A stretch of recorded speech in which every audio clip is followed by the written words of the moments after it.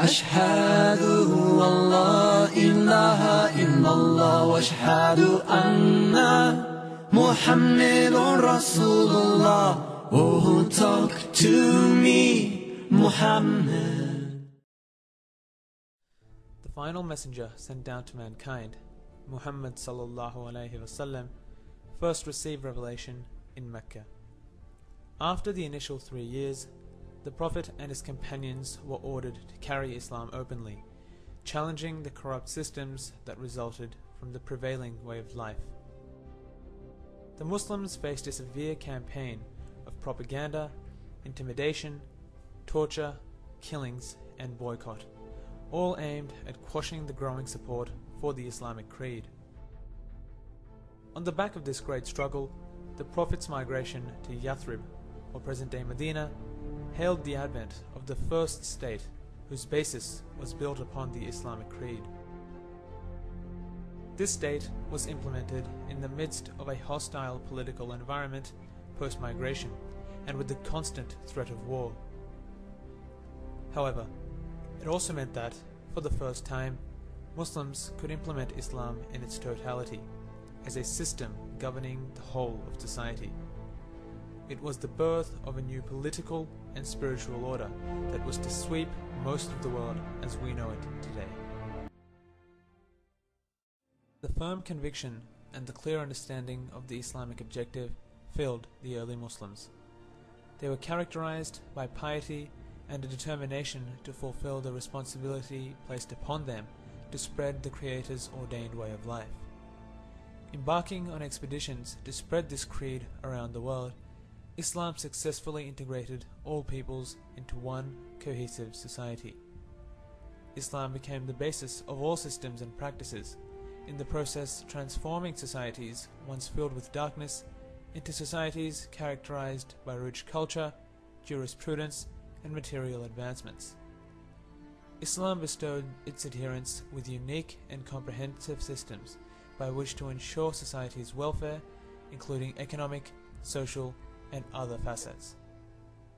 Humanity was to change as a result of a comprehensive order established firmly on a spiritual and political creed. Its new adherents were willing to sacrifice all to protect it and were willing to spend their lives serving to advance it. This new order was the Khilafah or Caliphate. Literally meaning succession, the Caliphate referred to an organized Islamic rule and government over the Muslims, eventuating in an Islamic state that bound the body of Muslims, or Ummah, together. The Islamic Caliphate was able to mold all peoples, wherever they may be, into one body bound by a single creed, whose followers cast away their previous beliefs and customs.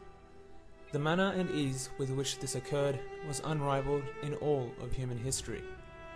This ease stemmed from the divinity of the Islamic creed, which was an array of systems in perfect equilibrium, one complementing the other. The ruling system comprised a representative and open government, of which the Caliph or Khalifa was head. This figure, supported by his assistants, was responsible for government according to the laws and edicts of Islam.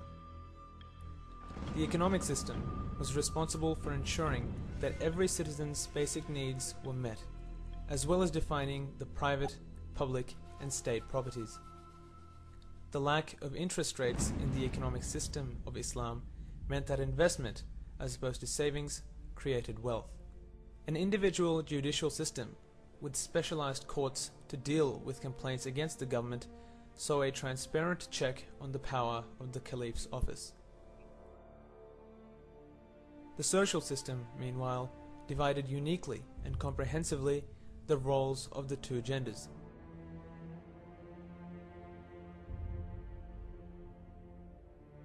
Once people practically experienced the justice that these systems brought, their adoption of the Islamic creed and the Islamic values was automatic.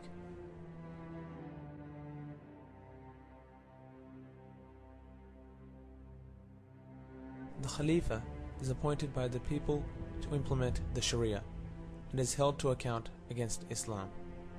It is because of this that examples in history were a reality. armed forces were famously mobilized to rescue a single Muslim woman under the Khalifa Mu'tasim. Poverty was made history under Khalifa Umar ibn Abdul Aziz in Africa, where the deployed zakat returned due to the inability to find anyone in need thereof. In 1525, the French king was taken prisoner and was then rescued by the Khalifa under Suleiman al-Qanuni. Such examples are often cited, but are in no way isolated, highlighting the humanitarian, spiritual, material, and moral excellence the Islamic State was able to achieve. The Khilafah is the overall leadership of the Muslims worldwide. It implements the Sharia and carries it to the rest of the world. It will liberate the oppressed and account the oppressor. It will reunite the Muslim lands, and it will alleviate poverty in those lands that are fertile and yet contain the most needy.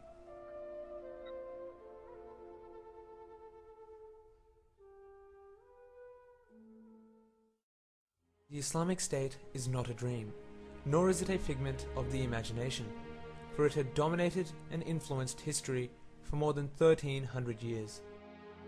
Its desire by the Muslims is a reality. It always has been and always will be. The vital elements of its existence are far greater than can be ignored or fought against by anything or anyone. The enlightened people have adopted it, and it is the wish of the Ummah which is eager for the return of the glory of Islam.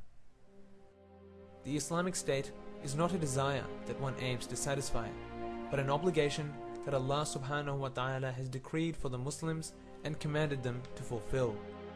The obligation of the Khilafah is clearly set out in the Holy Quran. Allah subhanahu wa ta'ala tells us that we have revealed to you the book of the truth, so that you may rule between mankind by that which Allah has shown you.